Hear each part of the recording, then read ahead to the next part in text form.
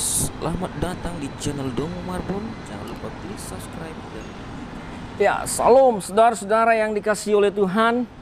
Puji Tuhan, saudara-saudara, berkatnya selalu melimpah atas kita, saudara-saudara. Nah, kali ini saudara-saudara, saya ingin memberikan satu renungan dari sebuah kisah mengenai istri Herodes, saudara-saudara. Kemudian mengenai kisah sakit hati, saudara-saudara. Nah, oleh karena itu saya mau kasih judul renungan kita ini supaya kita semua mengingat, saudara-saudara, jangan pernah sakit hati, saudara-saudara. Jangan pernah sakit hati. Mari kita lihat saja teks kita dalam Matius, ya, pasalnya yang ke-14 dari ayat 4 sampai ayatnya yang ke-11. Matius pasal 14 ayat 4 sampai ayatnya yang ke-11. Demikian firman Tuhan. Karena Yohanes pernah menegur katanya, tidak halal engkau mengambil Herodias. Herodes ingin membunuhnya karena Herodes sakit hati tentunya. Tetapi ia takut akan orang banyak yang memandang Yohanes sebagai nabi. Tetapi pada hari ulang tahun Herodes, menarilah anak perempuan Herodias. Di tengah-tengah mereka menyukakan hati Herodes, sehingga Herodes bersumpah akan memberikan kepadanya apa saja yang dimintanya. Maka setelah dihasut oleh ibunya, anak perempuan itu berkata, berikanlah aku di sini kepala Yohanes. Yohanes Pembaptis di sebuah talam. Lalu sedihlah hati raja. Tetapi karena sumpahnya, saudara-saudara, dan karena tamu-tamunya diperintahkannya juga untuk memberikannya.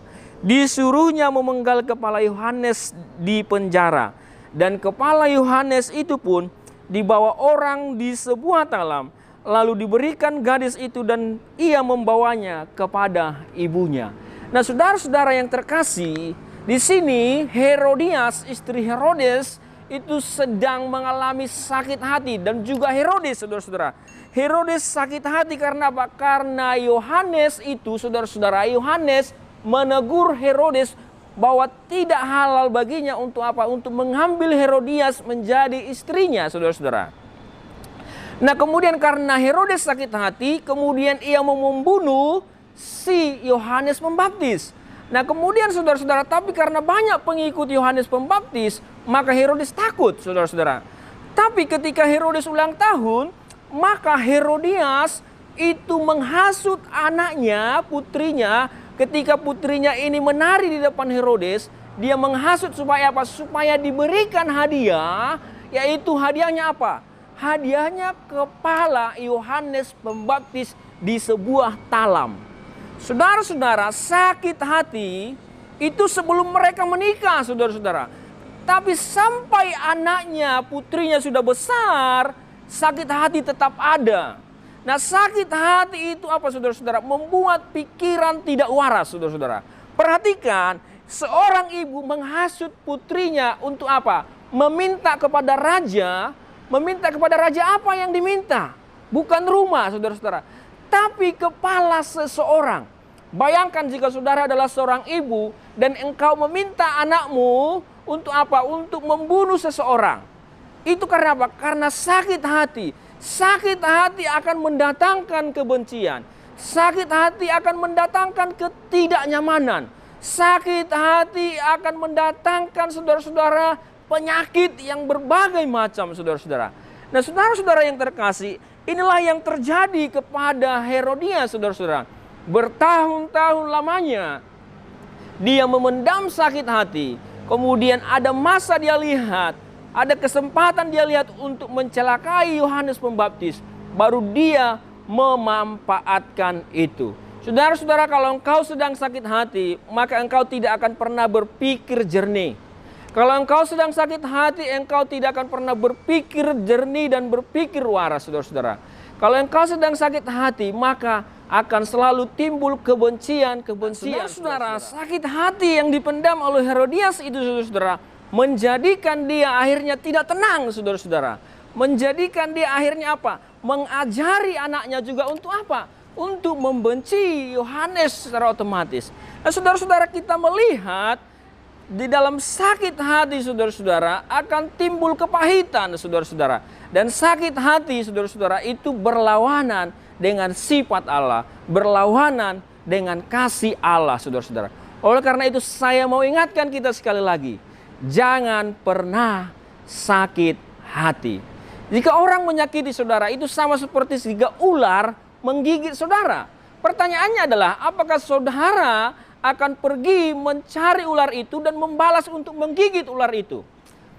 Tentu tidak saudara-saudara. Kalau saudara melakukan itu, maka orang akan mengatakan saudara adalah orang gila. Nah saudara-saudara, oleh karena itu saudara-saudara, tentu yang perlu kita lakukan ketika kita digigit ular, kita pergi ke dokter. Dan kita berobat saudara-saudara. Nah hal yang sama jika seseorang menyakiti engkau, bukan memikirkan bagaimana membalasnya, tapi memikirkan bagaimana supaya kita sembuh saudara-saudara. Bagaimana supaya kita sembuh, yaitu kita datang kepada dokter. Dokternya siapa? Yaitu Tuhan Yesus. Tuhan Yesus yang adalah kasih. Kasihlah yang akan menghapuskan segala sakit hati saudara-saudara. Nah oleh karena itu saudara-saudara, mari lihat hatimu. Mari selidiki hati kita.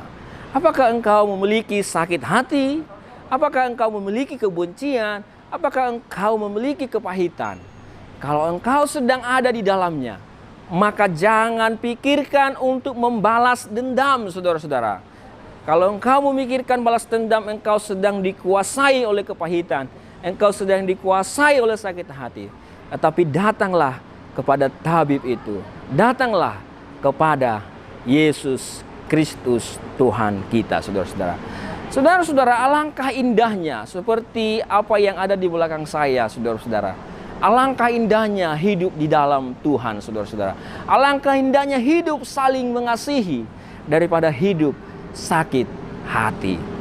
Jaga hatimu saudara-saudara. Amsal 4 ayat 23 mengatakan, jagalah hatimu dengan segala kewaspadaan, karena dari situlah terpancar kehidupan. Kalau hati kita bersih dari sakit hati, itu akan memancarkan kehidupan. Tuhan Yesus memberkati kita semua. Tuhan Yesus kiranya terus akan bekerja bagi kita semua. Terpujilah namanya. Haleluya. Shalom. Tuhan memberkati kita.